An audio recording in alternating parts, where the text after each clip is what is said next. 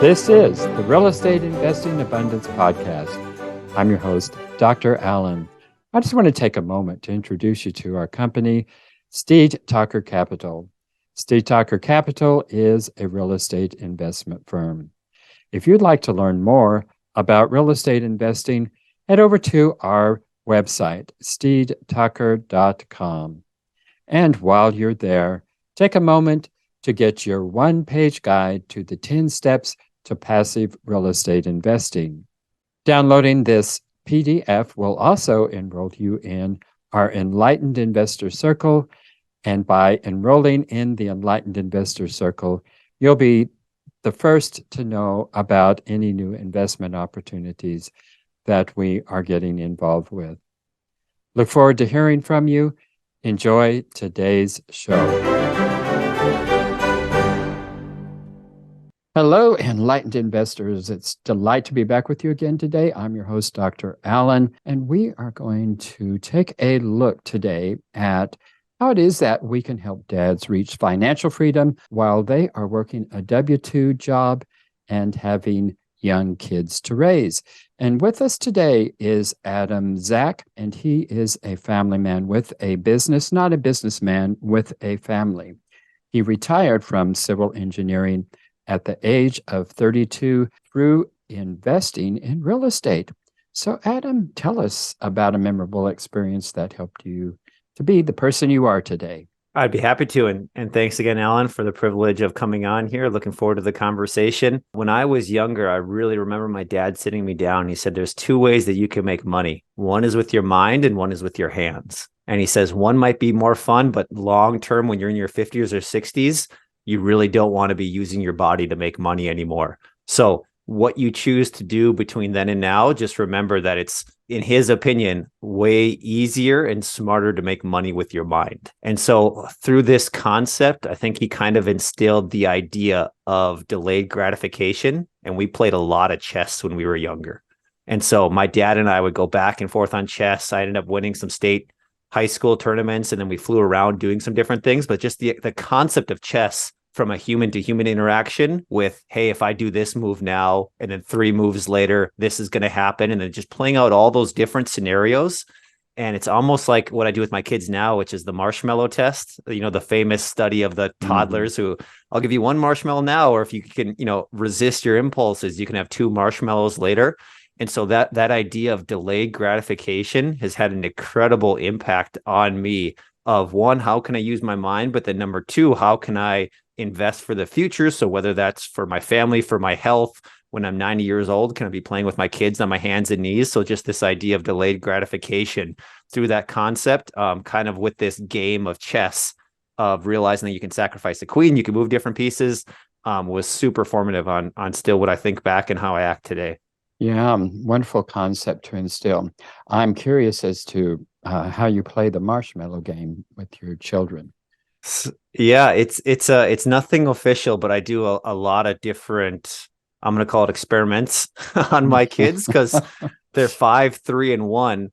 And I'm just a dad trying to figure it out. And you can read a bunch of books that all the way saying that spanking is great for your kids, to if you ever touch your kids, it's bad. The kids should rule the house versus the parents should rule the house. And so I was kind of curious. I was like, ooh, I wonder if I was just going to take a temperature of my kids, like with no preemptive. I just said, okay, here's a marshmallow and I'm going to put it right in your hand and you can have this now and you can eat it and we can be done. Or I'm going to tell Alexa that she's going to set a timer for 5 minutes. And if you wait, not only can you eat that one, but I'll give you another one. And I just sat there and just saw what they would do. And I didn't set up the room exactly how the initial experiment was. But my eldest daughter passed the test. And since she's a good influence on my 3-year-old, like he did the same thing. And I was just extremely impressed that without because I really wanted them to wait. Right. And so I was like, I probably set it up and orchestrated the environment where it was like, they wanted to make dad proud or they wanted to do some different things. But then that goes into the same thing of like, okay, this morning it was like, okay, we're going to go play out in the rain. It's raining here. So you can go out and play with the rain, but then you have to come back in, get dressed and get ready for school. Or you could go get ready now and then you can play as much as you want. Which one do you want to do? But realizing that there's consequences related to that. And so just trying to teach those parallels in life of like what those consequences and decisions and kind of what that impulse control. And it's not saying that that's the right way, because then on the other side of it, there can be a double-edged sword of, oh, they're not really living in the moment. Everything is about waiting and waiting and waiting. And you can get stuck in the gap versus the gain that Dan Sullivan always likes to talk about. And so I'm a little bit fearful for that. And I'm sure I'm screwing my kids up somehow, but it's just like, okay, what I'm trying the best here. Yeah. Well, it sounds like you're a wonderful dad, but yes, we screw our kids up one way or the other. Try as we may not to, but that's just an aspect of parenting. But there's also studies out there that indicate that the outcome of our children is not as much a result of what we do as what we egotistically often think. So they are their own individuals, no matter what we do here. So you can keep that in mind as well and give yourself a break there. Thanks for sharing that with us.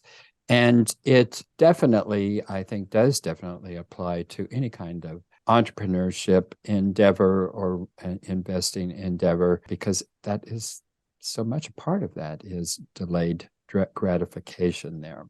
Adam, what do you mean by a family man with a business and not a businessman with a family? Sure. So credit due to John Vroman in the Front Row Dads community that I'm a part of. He has a podcast dedicated to that concept. And once I heard it, I was like, oh, that was it. Because when everyone asked me what I did, it was like, oh, I do real estate investing. Oh, and I happen to have kids.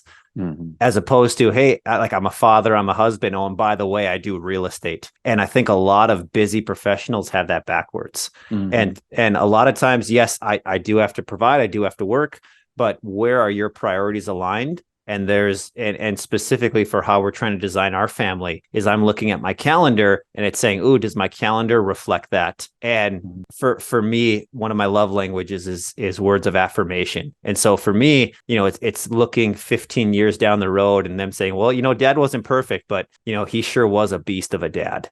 Like that's one thing that I feel like I'm pretty confident of is like I'm actively not sabotaging work, but specifically not taking on opportunities to whether it's get seed funding or travel to do different things, especially when my kids are young, of like, you know what, you can always either make more money or chase career or do other things because it's really tough. I think, so my kids are all under 5 or 3 kids under 5. And it's like, well, the best ROI to invest $1 is right now. The best time to invest in my kids is right now. The best time to invest in my health and my relationship, like all this stuff is like so front loaded.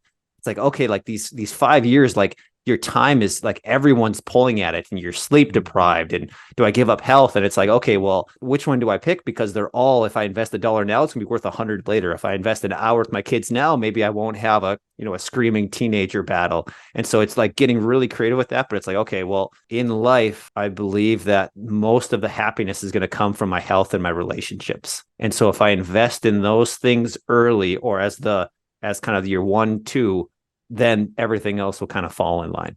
That is some marvelous, marvelous goals there. And I don't know, I've heard it said that actually life is really backwards, that we make better parents as we become grandparents, not only because of the experience that we've had, but also because of the fact that we probably have more time to give to our children as grandparents. But there is so much, particularly in our culture and our society, that is saying to us, whether you're an entrepreneur, whether you're a young professional, that you have to commit your time, effort, and energy to developing that career and that financial freedom. And all of that is, of course, conflicting with family life and particularly with the well-being of our children. It's good to know that there are people like you and organizations that you're a part of that are there to support parents in taking another direction there, because our overall culture and society certainly is not supporting that.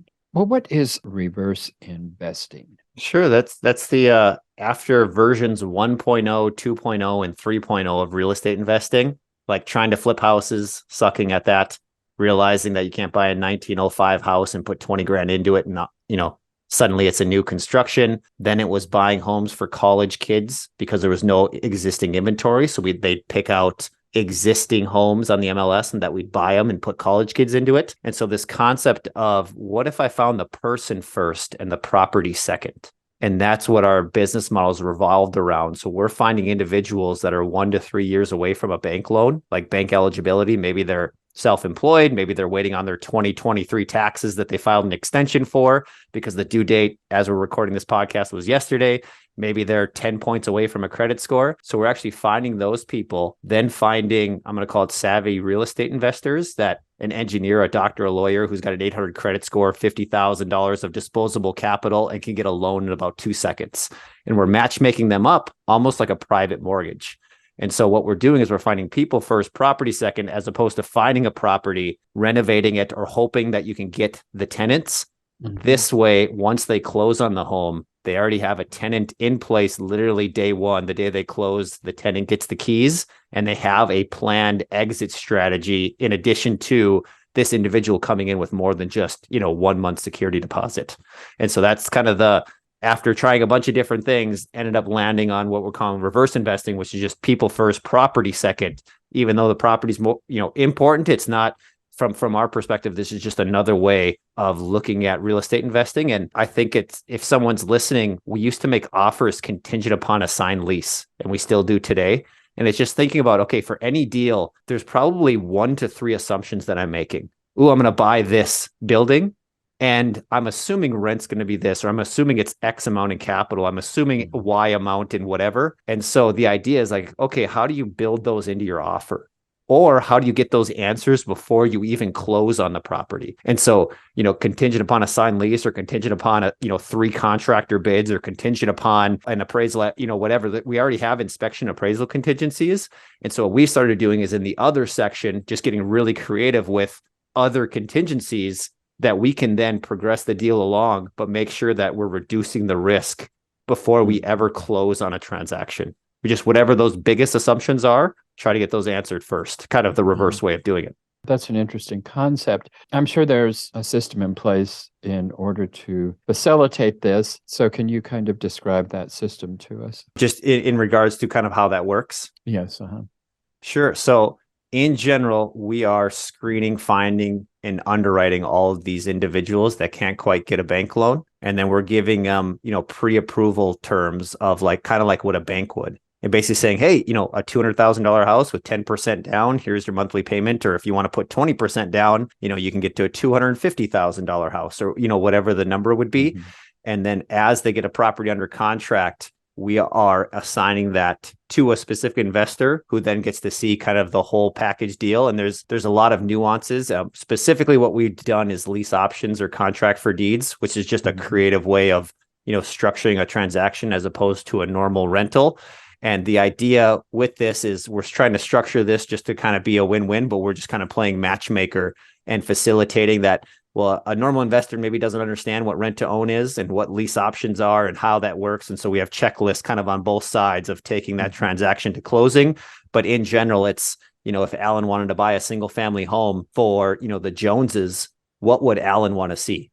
Well, he'd probably want to see, do they have the ability to repay? What's their credit score? What's their history like? How much are they putting down? What's getting inspection on the house, getting appraisal? And so we're just kind of facilitating and matchmaking that all the way towards closing. Enlightened investors, if you haven't done so already, be sure and click that like button and also click that share so others can take advantage of the content. And finally, be sure to subscribe so you don't miss a single one of our upcoming episodes. Well, an interesting concept, and I'm sure it didn't come together all in an overnight in brain insight. And if I could, kind of one thing that everyone could do is that I did twice is if you have an existing home, I call it the make me move rent price. If you got a $400,000 house and you list it for $5,000 a month in rent, the answer is nobody's going to pay that. Okay, great, you've wasted 4 minutes and Zillow and making a listing and just stealing the photos, putting up there. And if you got 0 leads, it took, 30 minutes. But if you find that one person who's like, ooh, I really want this property because of the school district, because of the area, because of the number of beds or bath, you found the highest and best use of that home. Similar to when you list a home, you're trying to find the highest and best, buyer for it. Mhm. And so this is maybe just a more simpler way that, that your listeners could use this, of it almost like a make me move type rent price. And so I did this, and my wife wasn't too pleased, because she's like, well, I don't want to show the house. I don't want to do it. I'm like, don't worry. Like, I'm not letting anybody into the house unless they've like passed stages 1, 2, 3. Like, they can raise their hand, but then it's like, okay, answer these pre-screening questions. Okay, do you actually have this much down? Okay, show me that you would have this much for income. And then when they're like, yeah, I'm really interested, when can I see it? Here's all my proof. I'm like, okay, cool. Then we can schedule an open house, or, allow 1 to 3 people come through, just so you're not wasting a bunch of time. But just wanted to kind of share that in the same vein of reverse investing, of like, oh, if I wanted to buy a rental property, instead of doing that, just like, find the tenant first, and then you could consider moving after the fact. You left your W-2 job at a very young age. How did you know it was the right time to leave the W-2 job? Is when I bought my first property, I told my wife, oh my goodness, I need to quit my job. This is the best thing ever. Like, and it was like the classic euphoria. Like, look at this. We're getting $300 a month in cash flow. And so this would have been 3 years to me prior to me leaving. But I was like, oh, I'm so in on this. And if you can tell from my personality, it's like, oh, I'm like an all-in thing. And so I got coached by a lot more people. And the runway was, once we replaced about 60 to 75% of our W-2 income, that's when we knew, okay, this is real. Like, I'm spending 10 to 20 hours a week doing a side hustle. What would it look like if I was actually doing it 30 hours a week or 40 hours a week? And then with time, real estate typically works out in your favor so that things even get better, not a guaranteed. And so it was really tough because time was so precious. It was like, I'd wake up super early. I'd get some miracle morning stuff. I'd do a side hustle, try to get to the gym, be with the family, take them to school, go to the job, then be a dad, and then go to bed by like 7:30 or 8 o'clock. And then it was just like rinse and repeat. And it was like, oh, all I wanted was time back, because you're just so strapped. And I felt like I was maybe giving my kids the leftovers. So I wanted to jump really early, but realizing that, well, one of my greatest assets was, just time for money, which was, I didn't hate my job, but it wasn't like I saw myself doing this. But you can get paid really well doing something, for someone else, as like $25, $50, $75 an hour. And then not only that, but being able to leverage financing from like a bank and get a 3, 5, 7%, whatever the interest rate would be. As soon as I leave, those superpowers then go away. Now I have a lot more time, but I'm not bankable, and I can't just trade my time for money. So it's like, okay, how do these two paths cross, and when's the right time? And so I think a lot of people might jump and cause a little bit of undue stress on it, versus like, ooh, what's my superpower right now? Ooh, it's that I can make good money for my time. And so I need to really protect it, hire VAs, get automation, hire cleaners, do all this different stuff, because my time's $50 an hour. So anything less than that. And then once you finally do leave the job, it's like, okay, how do I stay focused, still make the income producing? Because now I can't just work 40 hours and make X amount. It's like all of this now is like slowly building a business. I can't just turn it on. And so it's a different kind of dynamic there. But it was roughly that percentage that was kind of the cutoff that we kind of saw that it was a good move. And I transitioned into part-time before I actually left. And I think that's another thing that I was coached on, which was, don't burn the bridges. Yeah. It was, make sure my employer was getting the better end of the deal, which I still believe to this date that they have. I was an engineer for 10 plus years. I only worked with one company, and I believe that they got the better end of the deal out of those 10 years. And so with that, my 1 year transition out was super favorable to me. Like, they just let me come to the office, I could work whatever hours I wanted. It was a really nice 1 year kind of transition. Well, what is life like after leaving the W-2 world? I could probably tell you the good and the bad. So I remember first leaving it and having a little bit of like an identity crisis of like, ooh, like all I knew was I wanted to quit my job and be financially independent. And now I'm not, saying that I'm an engineer. And then it was like, oh, I have a little bit more, financial burden as well. But at the same time, absolute euphoria. Like, holy cow, it's 9 a.m. and I'm going for a walk with my son and my wife, literally past the engineering office that I can see everybody else working at, just because we can. It was like, oh, that's so awesome. Or the only thing on my calendar is things that I choose to put on my calendar. I still want to stay busy. I still want to pursue goals, still do different things. But that amount of time freedom that you get for doing some of this was just absolutely fantastic. It was almost like just take some time to decompress and kind of figure out, okay, reorientate what's important, what's going on. And then it's like, okay, how can I show up for my wife and my kids to really leverage this and kind of take this to the next level?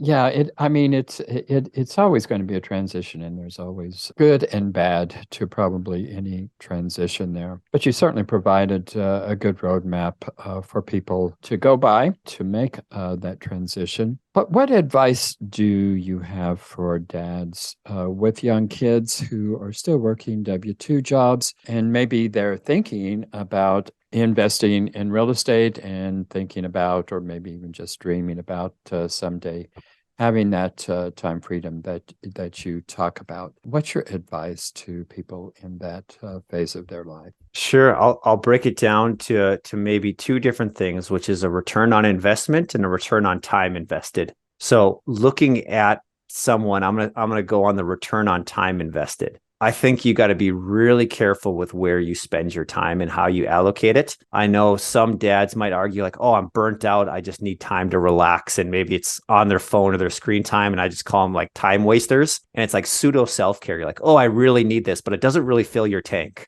Like walking outside versus scrolling social media, or like the last 2 hours of your day versus the first 2 hours of your day.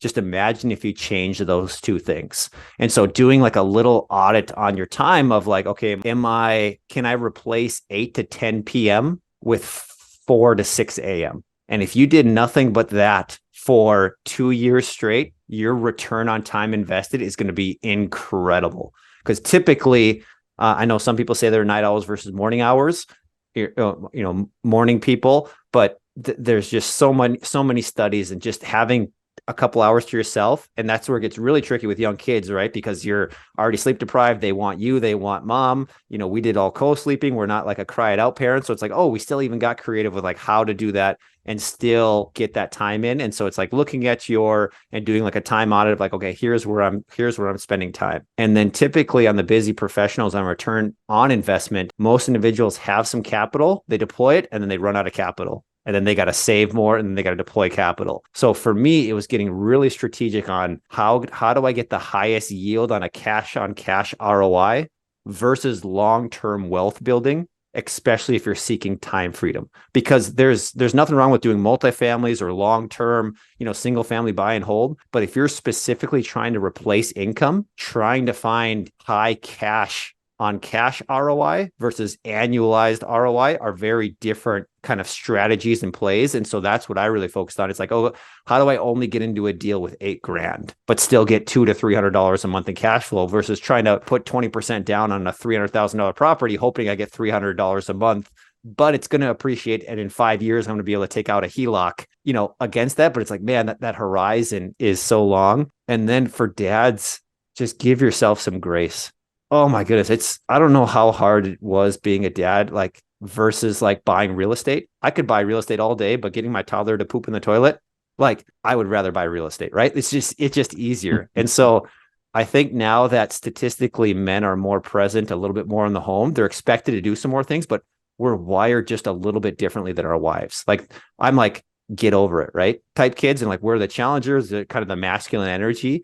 And so when you're with your kids, like I found out what was on the other side of being too present or too much of a dad. Like I almost went full-time dad mode. And I was like, man, Adam at 60 hours a week being a dad is not healthy overall. So I kind of had to reinforce my boundaries because I realized I'm not a stay-at-home dad. I tried to figure that out because I love spending time with my kids, but it's like, I might not be that person, but I would encourage dads, like, what if you could just figure that out? Is there a strong enough motivator that if you're finding the real estate or buying a business or, doing something where like, oh, I'm saving money doing all this so that in 3 to 5 years, I'm getting 60% of my income replaced, which is totally doable. Like finding that networking, finding the deals, deploying the capital, leveraging HELOCs, playing different leverage games. And then being like, wow, what would I really do with that freedom? And there's usually like some high level, like, oh, I'd love to sit on a beach for like 3 days. And then I'd like to just take a nap for 4 days. But like, once you get through kind of that initial decompression, the amount of enlightenment and the amount of like doors that open, you're like, oh, like I didn't realize all these doors were closed. You get through one door, all of a sudden you have all this extra freedom and you realize, holy cow, there's way more doors that I can go into. And so that's what I would encourage dads, like even getting through that first door, a lot of it's just buying your time back and not being, stuck to it. If you enjoy your job, it's fantastic, but at least having the ability to replace 70% of your income through passive. So then you can choose, I still want to work 40 hours, maybe it's 20 hours, maybe it's 10, and then, figuring out what's on the other side of that. Well, Adam, you have a lot to offer. So share with us what specifically you do have to offer and how we can get in touch with you to take advantage of that. Sure. If someone wanted like what is a lease option contract, you can go to homeequitypartner.com/investors. And there's just a free download for a couple different versions of a lease and an option contract that we had some attorneys draft up for us. And so those are free for everyone. And you can also get access to our deals if you wanted to, sign up to become an active investor or to take on existing deals that we find. And then if anyone wants to just chat about dad life, engineeringrei.com is where I kind of have my personal information on, just kind of sharing my stories, my timeline of when I had kids, how we kind of went and, bought some properties. And so if anyone wanted to reach out, you can do that or on Facebook or LinkedIn. I love chatting with dads, especially those that are super busy, like I was, having young kids, because there's just that added stress. And then you're like, oh, by the way, I'm married. And so I should probably give my wife some attention. And so if you're listening, kind of going through that, and there's a bunch of different dads groups that I've mentioned or that I'm even a part of, that could be good as well. When do you pivot and when do you preserve an idea? Yeah, appreciate you asking the question. It's if you've ever had like the shiny ball or the entrepreneur who's like, ooh, like this is the idea, and you run into a roadblock. You're like, ooh, do I persevere? And just like, oh, come hell or high water, I'm pushing through this roadblock and like the mental toughness. And then there's the other time, like, oh, instead of walking through this concrete wall, I could just like go open the door. Like, why don't we just get smarter and do that? So what I've typically done is set some sort of resource boundary. Hey, I'm giving myself 90-day and 10K to assign one deal. If I do that, great. Otherwise, I ran out of time, ran out of money, which I'm calling resources, basically time and money. And if I don't do that, I move on. And so it's like that way it doesn't kind of get into this sunk cost fallacy of like, oh, you just need to do it more. Like almost every guru or everything that I've ever like paid to be part of a coaching program is like, oh, if you just put in the time. Well, some things are like, well, it just doesn't make sense. Like, yeah, of course, if you do anything for a year or 10 years, you're bound to be successful. But why not try to figure that out in 90 days? And so I think people, not that they don't commit to a long-term goal, but they maybe commit to a strategy that isn't quite right for them. And they just need to pivot into something, not like a 180, but it's like, ooh, I was trying to assign my first deal. Well, it turns out I could actually find a deal for creative financing that I could buy myself. But by talking to motivated sellers, like it was kind of a small pivot from that. Hey, I'm curious what this looks like. And so typically you'll see something that's just like easy and profitable and it'll just kind of click. But if you're like, man, I'm just banging my head against the wall, it's tough to check to be like, oh, I was at this for a week. I'm ready to give up. Okay, that's not. So if you, while you're in the right state of mind, giving yourself some sort of deadline, and if you don't make it, it's on to the next thing. Yeah, I was just reading a study in conjunction with that, and it was, even talking about the aspect of when we're put on hold on a phone conversation, how long do we sit there on hold? And it's like, well, the longer we sit there, we've already committed to it. So it's like, well, let's stay on there a little bit longer and a little bit longer and a little bit longer. So once we've made those commitments, it's hard to back away from that. So even though I think I can see the importance of setting those boundaries up front, I can also see myself coming up to those boundaries and going, well, let's just push it a little bit further. And so it takes discipline there as well as wisdom and experience as well. So, and it sounds like you kind of have some of your non-negotiables. I think that some people usually it's like, okay, well, if this is my number one goal, my non-negotiables are like, I don't care, come anything else, I'm sitting on that phone line, because if I have to get a contractor to fix the foundation, this is my number one goal today, and I'm not doing anything else for 8 hours until I tackle this. Being different than like, oh, turns out I can't find a foundation guy. No, that's an excuse, and that's a lack of discipline versus, pivoting away and be like, oh, this is too hard. And I didn't give myself the right timeline to get it. So I would agree with you there of, hey, like, how does this align with your non-negotiables or your long-term vision? Exactly. Adam, it's just been a pleasure having you today. Wonderful meeting you. Fascinating life stories. And thanks for being with us today. Thank you for having me. It's been a pleasure. Enlightened investors, don't go yet. I have just a couple of quick requests. You know the drill. Like, share, and subscribe.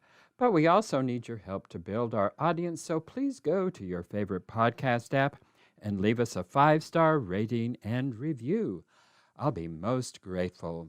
Until next time, prosper and live abundantly. Thank you for tuning in to Real Estate Investing Abundance, brought to you by Steve Talker Capital, a company working for passionate professionals like you to develop financial independence built on solid, passive real estate investments. As part of our efforts to make the world a better place, Steve Talker Capital contributes to activities and organizations committed to better understand the equine. These endeavors attempt to enhance the human treatment of horses worldwide. Steve Talker Capital, working for a world where all creatures, great and small, flourish abundantly. For resources to develop your financial independence, connect with us at stevetalker.com.